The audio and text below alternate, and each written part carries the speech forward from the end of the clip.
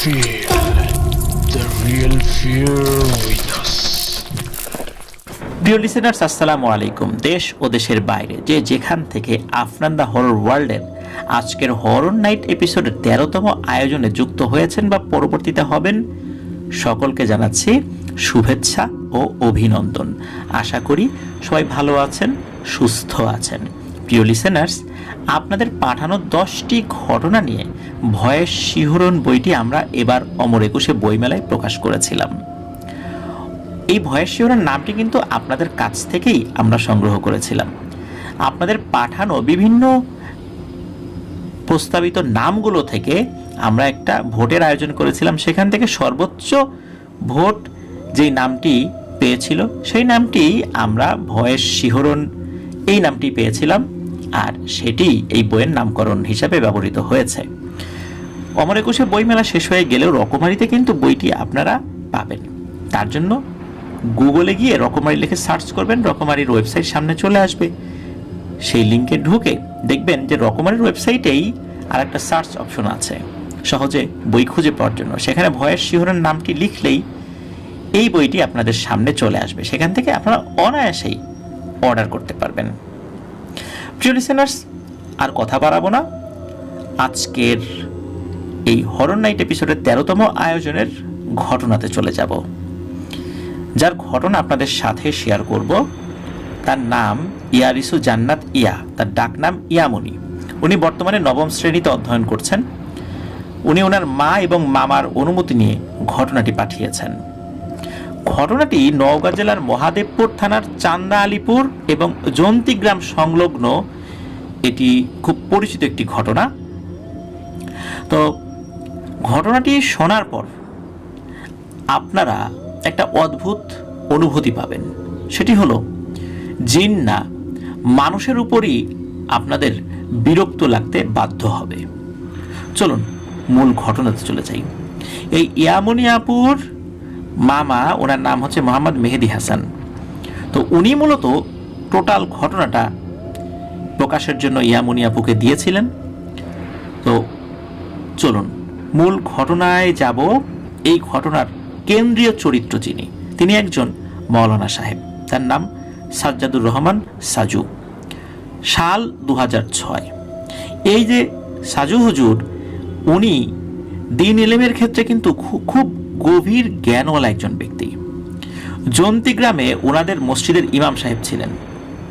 গ্রামবাসীদের প্রতি তিনি খুবই ভালো ব্যবহার করতেন। সবাই তাকে ভালোবাসত। ছোট বড় সকলের সাথে এই সাজু হুজুরের খুব ভালো সম্পর্ক ছিল।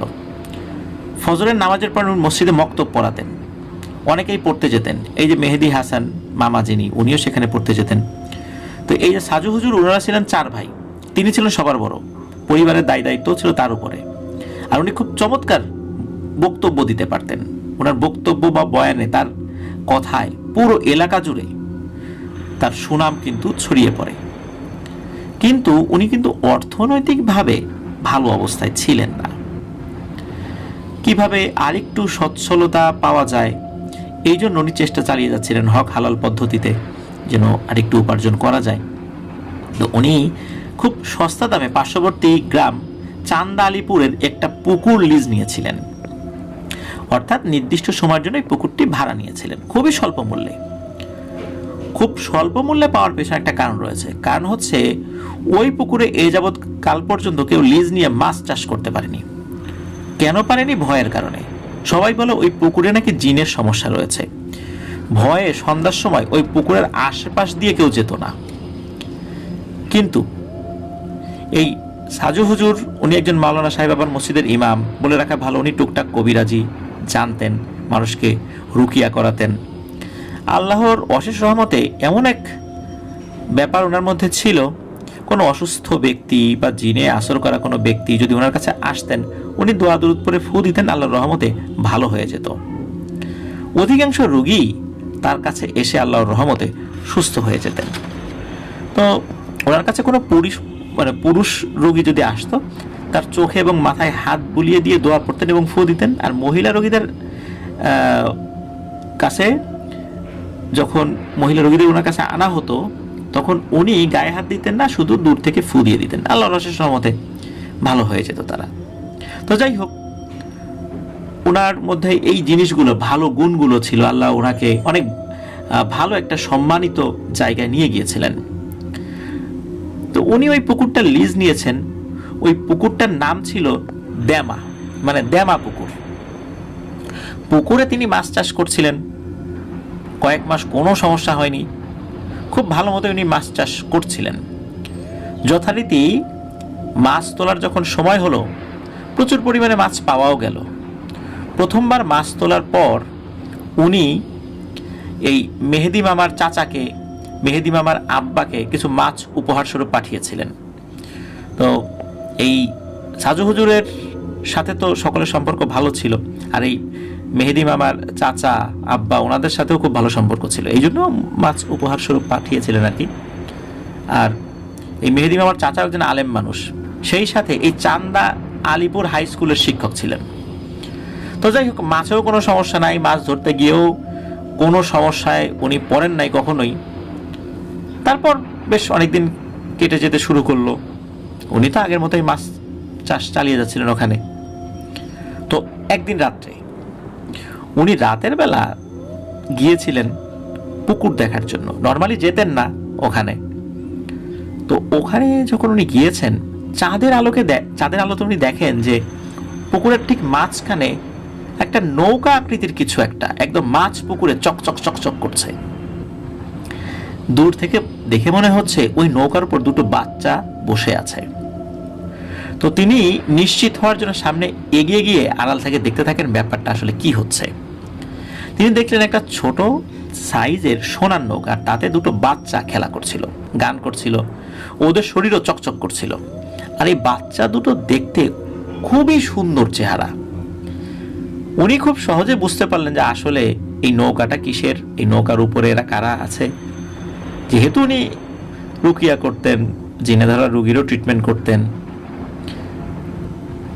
আর উনি যখন ওই বাচ্চা দুটোকে দেখছিলেন, এই বাচ্চা দুটোর মধ্যে একটা জিনিস উনি খেয়াল করেন, সেটা হলো এই বাচ্চা দুটো একটা ছোট সোনার মূর্তি নিয়ে খেলা করছিল, খুবই চমৎকার একটা স্বর্ণের মূর্তি। ওই মূর্তির গায়ে আবার চকচকে কিছু পাথর বসানো ছিল। তো উনি এসব কিছু না দেখে চুপচাপ চলে যাচ্ছিলেন, মানে দেখেছিলেন আর বেশি কিছু না দেখে চলে যাচ্ছিলেন আর কি। যাওয়ার সময় হঠাৎ একটা দমকা বাতাস উনি অনুভব করেন, আর সাথে সাথে শোনেন কেউ একজন তাকে বলছে, সাজু হুজুর, তুমি এখানে মাছ চাষ করছো করো, কিন্তু ভুল করেও আমার বাচ্চা এবং ওদের হাতে থাকা ওই খেলনা মূর্তিটির দিকে কিন্তু তাকিও না। তুমি তোমার মতো মাছ চাষ করছো করো, আমরা আমাদের মতো থাকবো, তোমার কোনো ক্ষতি হবে না, তোমাকে আমাদের ভালো লাগে, তুমি মানুষদেরকে সাহায্য করো, তাই তোমাকে এখানে মাছ চাষ করতে দিয়েছি, অন্য কাউকে কিন্তু এখানে মাছ চাষ করতে আমরা দেইনি, শুধু আমার বাচ্চাদের নিরাপত্তার কথা ভেবে, যে অন্য লোকজন আসলে আমার বাচ্চাদের ক্ষতি হতে পারে। কিন্তু তুমি ভালো মানুষ, তোমার দ্বারা আমাদের কোনো ক্ষতি হবে না, এটা আমরা নিশ্চিত। তোমাকে তো আমরা কিছু করবই না, উল্টো তোমার মাছেরও দেখাশোনা করব, কেউ তোমার মাছ চুরি করতে পারবে না বা তোমার মাছেরও কোনো ক্ষতি করতে পারবে না। যাও, বাড়িতে যাও, আর আমার কথাগুলো মনে রেখো। তো এই আওয়াজ কিন্তু এখানেই শেষ হয়। সাজু হুজুর কথাগুলো খুব মনোযোগ দিয়ে শোনেন, উনি ভয় পাননি, উনি এই কথাগুলো শুনে বাড়ির দিকে রওনা দেন। আসলে যেই আওয়াজটা ভেসে এসেছিল অন্ধকারে, মূলত এটি ছিল একটা জিনের আওয়াজ, আর এই জিনটারই দুটো বাচ্চা ওখানে খেলাধুলা করছিল। তবে এরা ছিল হিন্দু সম্প্রদায়ের জিন। তো সাজু হুজুর বাড়িতে ফেরত যান, তবে সেদিন রাত্রে উনি আর ঘুমাতে পারেন না, এপাশ ওপাশ করেন না, সারা রাত ভাবেন ওই স্বর্ণের মূর্তিটার কথা, আর তার মনে আস্তে আস্তে করে লোভ জন্ম নেয়। তিনি চিন্তা করেন, এত সুন্দর একটা মূর্তি, না জানি এর দাম কত, মনে হয় কোটি কোটি টাকা দাম হবে, একবার যদি হাতিয়ে নিতে পারি তাহলে আমার আর কোনো অর্থ সংকট থাকবে না, আমি তো অনেক ধনী হয়ে যাব। তো উনি পরের দিন পার্শ্ববর্তী আর এক গ্রামের একটা বড় কবিরাজের কাছে যান। তবে সেই কবিরাজের নাম প্রকাশের অনুমতি পাওয়া যায়নি, এবং তার যে গ্রাম, ওই গ্রামের নাম প্রকাশ করার অনুমতি পাওয়া যায়নি, এই জন্য এই ইয়ামনি আপু প্রকাশ করেননি। তো সেই কবিরাজও ছিলেন অনেক নাম করা এবং একজন দক্ষ কবিরাজ। ওখানে গিয়ে এই সাজু হুজুর ওই কবিরাজকে সব কথা খুলে বলেন এবং জিজ্ঞেস করলেন কিভাবে ওই মূর্তিটাকে পাওয়া যাবে। তখন ওই বড় কবিরাজ সাজু হুজুরকে একদম ডিরেক্ট নিষেধ করে দেন যে সাজু, এটা কিন্তু ঠিক হবে না। প্রথমত তুমি একজন আলেম মানুষ, ইমাম মানুষ, কত লোক তোমাকে ভালোবাসে, সম্মান করে, তুমি এত বড় অন্যায় কাজ করতে পারো না। আর দ্বিতীয়ত তুমি যদি এটা চেষ্টা করো তাহলে তোমার কিন্তু অনেক বড় ক্ষতি হবে, কারণ ওই পুকুর জিনদের একটা আদি বসতি, আর ওখানে হিন্দু সম্প্রদায়ের জিনেরা থাকে, ওরা ভালো জিন। নিজেদের নিরাপত্তার কারণে মানুষকে ওরা একটু একটু ভয় দেখালেও কখনো মানুষ বড় ধরনের ক্ষতি শিকার হয়েছে ওদের দ্বারা এমন কোনো নজির পাওয়া যায় না। ওরা অত্যন্ত শক্তিশালী হওয়ার পরেও মানুষের উপর ওরা কখনোই তাদের শক্তি প্রয়োগ করেনি। সুতরাং এই ভালো জিনগুলো যদি রেগে যায় তাহলে কিন্তু খুব খারাপ হবে পরিণতি। তুমি খবরদার এই পাপ কাজ করতে যাও না।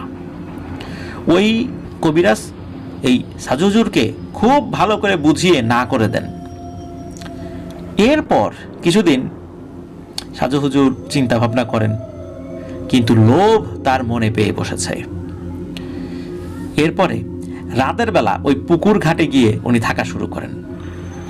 বেশিরভাগ খেয়াল করতেন ঠিক 12টার পর দুটো বাচ্চা এবং মূর্তি সহ ওই নৌকাটি মাছ পুকুর থেকে ছপাত করে উদিত হতো। বাচ্চা দুটো খেলা করতো। বাচ্চা দুটো সাজু হুজুরের দিকে খুব একটা খেয়াল করতো না, বা খেয়াল করলেও ভ্রুক্ষেপ করতো না, কারণ জানতো যে সাজু হুজুর তাদের ক্ষতি করবে না। আর সাজু হুজুর দূরে দেখতেন, উনিও চুপচাপ বসে থাকতেন। উনি খেয়াল করতেন রাত 3:30 কি 4:45টার দিকে আবার ঠিক মাছ পুকুরে ওই নৌকাটি ওই বাচ্চা এবং মূর্তি সহ ডুবে গেল। যত যাই হোক, এসবের মধ্যে এই সাজু হুজুরের নজর ছিল শুধু ওই দামি মূর্তিটির দিকে। বড় কবিরাজের নিষেধ থাকা সত্ত্বেও সাজু হুজুর তার কাছে থাকা কিছু অনুগত জিনদেরকে বলেন ওই মূর্তি সম্পর্কে তথ্য আনতে। তো জিনেরা তার কথা মতো সব তথ্য নিয়েও আসে।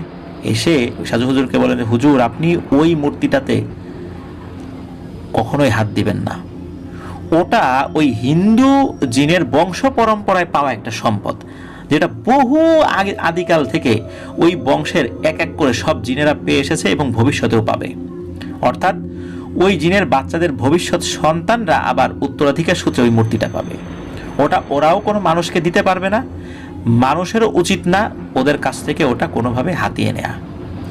ওটা ওদের কাছে অনেক সম্মানিত এবং মূল্যবান সম্পদ, কারণ এটা ওদের বংশের স্মৃতি এবং বংশের ঐতিহ্য, এটা ওদের বংশের একটা পরিচায়ক। ওটা যদি আনতে যাওয়া হয় বড় ধরনের ক্ষতির সম্মুখীন হতে হবে। সাজু হুজুর তার অনুগত ওই জিনদের কথা কানেই লাগান না। গভীর রাতে টানা কয়েকদিন যাবৎ পুকুরের ধারে উনি পবিত্র কোরআন এবং তার জানা অন্য সব প্রক্রিয়ার মাধ্যমে সাধনা শুরু করেন। এরকমই একদিন তিনি তার প্রক্রিয়া শেষে বাড়ি যাওয়ার সময় লক্ষ্য করেন হঠাৎ চারদিক থেকে দমকা বাতাস শুরু হয়েছে, আর উনি পেছন থেকে একটা আওয়াজ শুনতে পান। তাকে বলা হয়, সাজু হুজুর তুমি যে কোরআনের বরত্ব দেখাচ্ছ, সেই কোরআন নিয়ে কিন্তু তুমি তার অপমান করো না। কোরআন কোনোদিন কোনো খারাপ কাজের জন্য নয়। যদিও আমরা হিন্দু জিন, তারপরও কোরআন একটি সম্মানিত কিতাব। এই কিতাব কোনো খারাপ কাজে উৎসাহ দেয় না, ভালো কাজে উদ্বুদ্ধ করে। তুমি কিন্তু তোমার ধর্মের এই পবিত্র কোরআন খারাপ কাজে ব্যবহার করছো।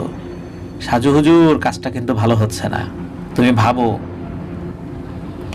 সেই হিন্দু জিনটি সাজু হুজুরকে এতগুলো সুন্দর সুন্দর নীতি কথা বললেন, এসব কাজ করতে নিষেধ করেন, কিন্তু সাজু হুজুরের মনে যে লোভ ধরে গেছে, এই লোভ তাকে আর ছাড়ে না।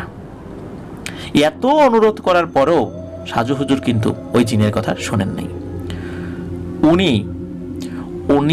ওনার যে অবস্থান, উনি একজন ইমাম, একজন আলেম, আল্লাহর একজন পছন্দনীয় বান্দা, উনি এই জিনিসগুলো আসলে ভুলতে থাকেন এবং ভুলে গিয়ে উনি নানা সাধনা শুরু করেন, যে সাধনাগুলো ইসলাম সমর্থন করে না। এই সাধনার মাধ্যমে অনেক শক্তিশালী জিনগুলোকে উনি বশীভূত করে ফেলেন, যার মাধ্যমে অন্য কোনো জিন সহজে তার সাথে পেরে ওঠে না। তো একদিন কি হয়েছে, তিনি কিছু কবিরাজি সরঞ্জাম প্রস্তুত করে ওই পুকুরের সামনে গিয়ে তার প্রক্রিয়া শুরু করেন। তিনি বিভিন্ন দোয়া পড়ে, বিভিন্ন রিচুয়াল করে জিন হাজির করান। তখন সেখানে একদল শক্তিশালী জিন এসে হাজির হয়। তখন ওই সাজু হুজুর ওই একদল জিনকে হুকুম করেন পুকুরে থাকা ওই হিন্দু জিনদের সাথে লড়াই করে ওই মূর্তিটি নিয়ে আসতে। তখন ওই জিনগুলো ওই মূর্তিটা নিয়ে আসতে অস্বীকার করে। তারা বলে, না, এটা ভয়ানক একটা অন্যায় কাজ, এই কাজটা করা যাবে না, এবং সাজু হুজুর তুমি এই কাজটা থেকে বিরত থাকো, কারণ আমাদের সম্প্রদায়ের এত বড় ক্ষতি আমরা নিজেরা করতে পারি না। আর তাছাড়া ওরা তো ভালো, ওদের কাছ থেকে এরকম একটা অন্যায় জিনিস আমরা করব ওদের সাথে, এটা হতে পারে না, কারণ আমাদেরকেও আমাদের সম্প্রদায়ের জবাবদিহি করতে হবে, এই কাজটা করা যাবে না। এই সমস্ত কথা শুনে সাজু হুজুর উনি বিভিন্ন দোয়া দুরুদের মাধ্যমে ওই জিনগুলোকে শাস্তি দিতে থাকেন। এক পর্যায়ে ওই জিনগুলোকে তাদের ইচ্ছার বিরুদ্ধে ওখানে যেতে বাধ্য করেন এবং উনি বলে দেন, মূর্তি না নিয়ে যদি তোমরা আসো তাহলে তোমাদের পরিণতি কিন্তু ভালো হবে না।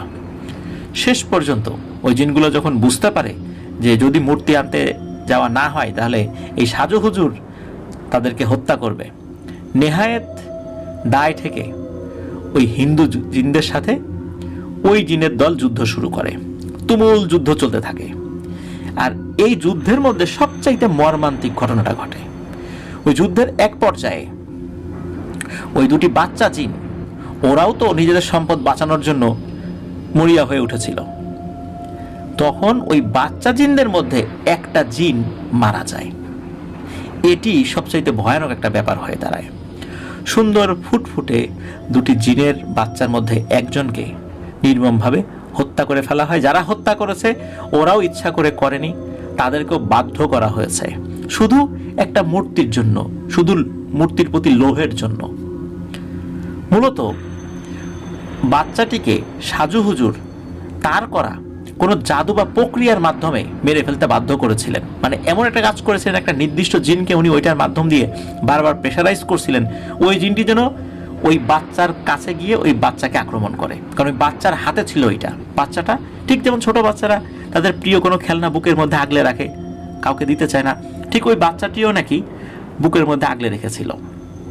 আর তার আশেপাশে থাকা জিনেরা, বিশেষ করে ওর বাবা, অন্য জিনেরা, তারা রক্ষা করার জন্য চেষ্টা করেছিল।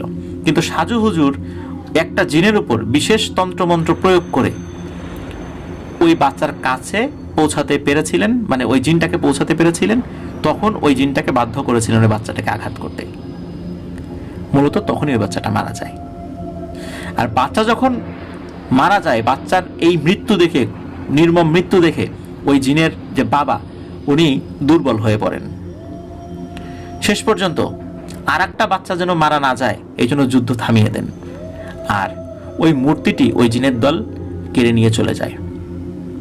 তবে যাওয়ার আগে সমস্ত জিনকে ওইখানে সাজু হুজুর, বিশেষ করে হিন্দি জিনগুলোকে কিছুক্ষণের জন্য বন্দি করে রেখেছিলেন। পরে অবশ্য তারা মুক্ত হয়ে যায়। ওই জিনেরা যখন ওই মূর্তিটা এনে সাজু হুজুরকে দেন, তারাও কান্নাকাটি করছিল যে কাজটা ভালো হলো না, আমাদেরকে দিয়ে এমন একটা কাজ তুমি করালে, এই কাজের পরিণতি যে কি হবে, আল্লাহ তোমাকে কি শাস্তি দেবেন, এটা তুমি কল্পনা করতে পারবে না। এই বলে ওই জিনেরা চলে যায় ওখান থেকে। পরদিন এই সাজু হুজুর ওই মূর্তি নিয়ে একজন ব্যক্তির কাছে যান। কিছু পাচারকারী আছে, এই ধরনের অ্যান্টিক জিনিস যারা অনেক মূল্য দিয়ে কেনে এবং পাচার করে দেয়। বেআইনি জিনিস কেনা বেচার সাথে যুক্ত এমন একজন ব্যক্তির সাথে উনি যোগাযোগ করেছিলেন। তো দামাদামি করেন, দামাদামিতে আসলে ওইভাবে পটে না, দাম দর শেষে উনি যথারীতি বাড়িতে চলেও আসেন। তবে তখন উনি মূর্তিটা বিক্রি করেননি, ওই দিন বিক্রি করেন নাই। আসা যাওয়ার পথে কোনো সমস্যা হয় নাই। তবে সেদিন রাত্রে স্বপ্ন দেখেন, সেই হিন্দু জিন বলছে, সাজু হুজুর তুমি আমার একটা সন্তান কেড়ে নিয়েছ, আমি বেইনসাফি করব না, তোমার কোরআন দ্বারা তুমি ওটা হাসিল করেছ, আমি তোমার কোরআন দ্বারাই বিচার করব। তুমি আমার একটা সন্তান কেড়ে নিয়েছ, আমি তোমার মায়ের বুক থেকে তোমাকে কেড়ে নেব, কারণ এটা হচ্ছে তোমাদের কোরআনের ভাষায় কেসাস বলে, হত্যার বদলে হত্যা। আমি এর বেশি কিছু করব না, তোমাদের কোরআনে যেটা আছে আমি সেটাই করব। তবে আমি তোমার সন্তানদের উপর আক্রমণ করব না, কারণ তোমার সন্তান এগুলোর সাথে জড়িত নয়। আমি যদি তোমার উপর রাগের কারণে অন্যদেরকে ক্ষতি করি, তাহলে পরকালে ভগবান আমাকে ধরবেন। সুতরাং আমি এ কাজ করব না। কিন্তু তোমাকে আমি এখনো সময় দিচ্ছি, তুমি আমার একটা সন্তান কেড়ে নিয়েছ, তারপরেও তুমি যেই কাজটা করেছো লোভে পড়ে, ধরেই নিলাম তুমি লোভে পড়ে কাজটা করেছো, ভুল করেছো, তুমি যদি এখনো মূর্তিটা ফেরত দাও, আমি তোমাকে ক্ষমা করে দিব। আমি আমার সন্তান হারার যে কষ্ট, এটা ভুলে যাব। তুমি দিয়ে দাও এটা। স্বপ্নে এত অনুরোধের পরও সাজু হুজুর কোনো কথাই শোনেন নাই। তিনি এটা নিয়ে আবারও দোকানে যান, দাম দর করেন। মূর্তিটির দাম ধরা হয় 18 লক্ষ টাকা। 2006 সালে ওই মূর্তির দাম ছিল 18 লক্ষ টাকা। এত টাকা তারপর উনি বিক্রি করেন না। উনি চিন্তা করেছিলেন এটা মনে হয় আরো কোটি কোটি টাকা দাম হবে, বিক্রি করব না। এরই মধ্যে একদিন ওই হিন্দু জিন সাজু হুজুরের মায়ের স্বপ্নে আসেন। আসার পরে বলেন, আপনার সন্তান আমার সম্পদ এবং আমার সন্তানকে কেড়ে নিয়েছে। যদি আপনার সন্তানকে বাঁচাতে চান, তাহলে আমার সম্পদ ফেরত দিতে বলেন।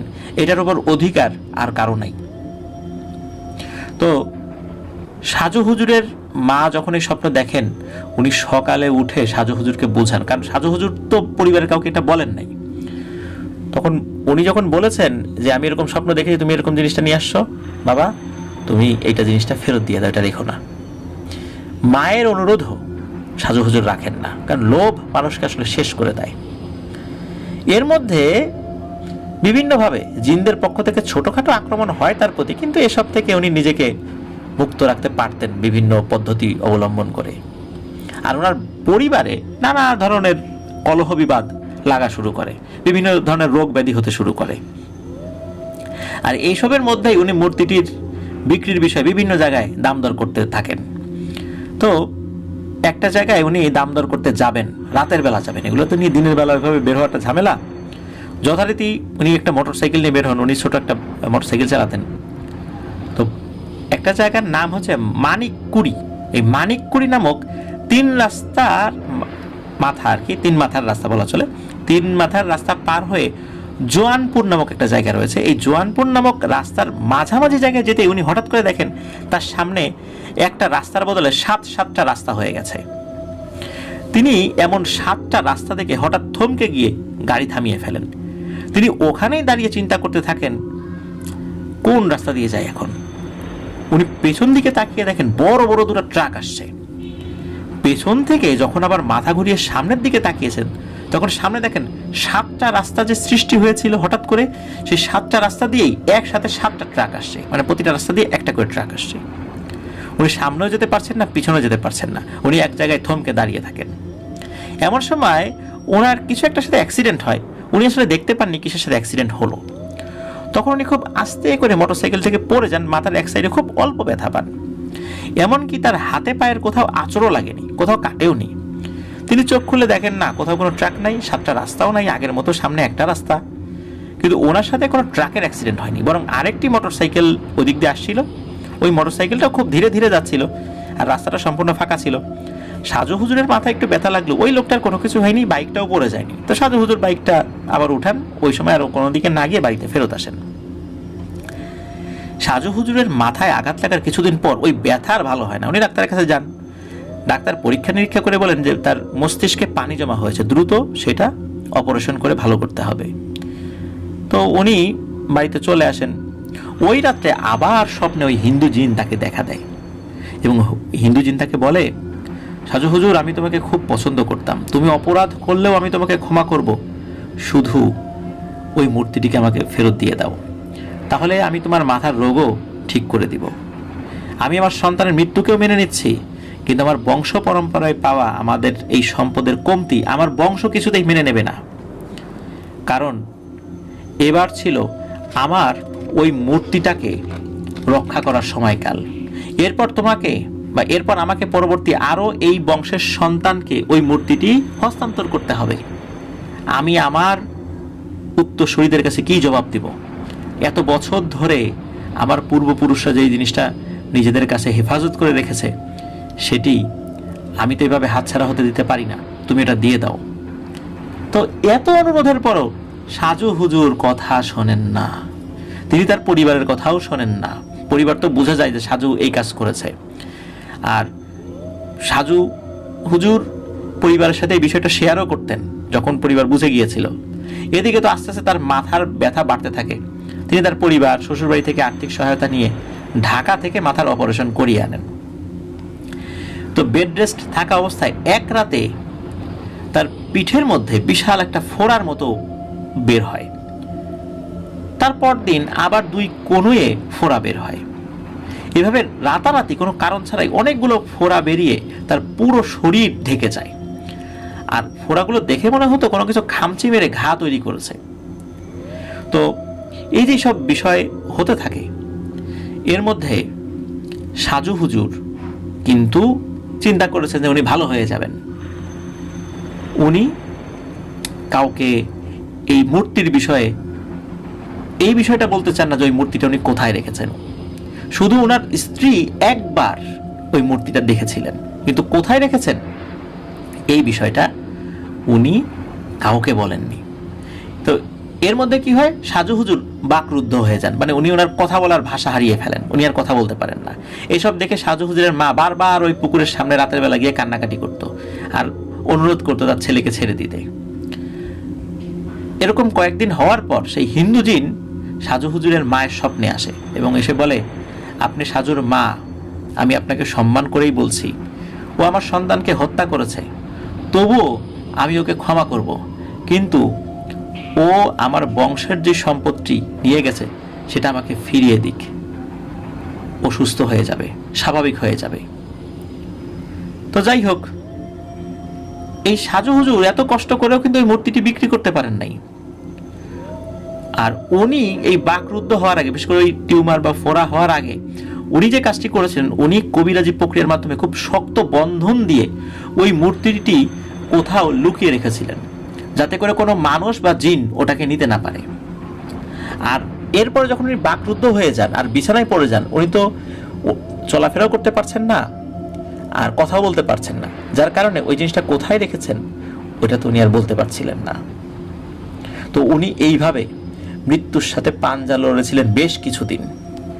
প্রায় 15 দিনের মাথায় উনি মৃত্যুবরণ করেন।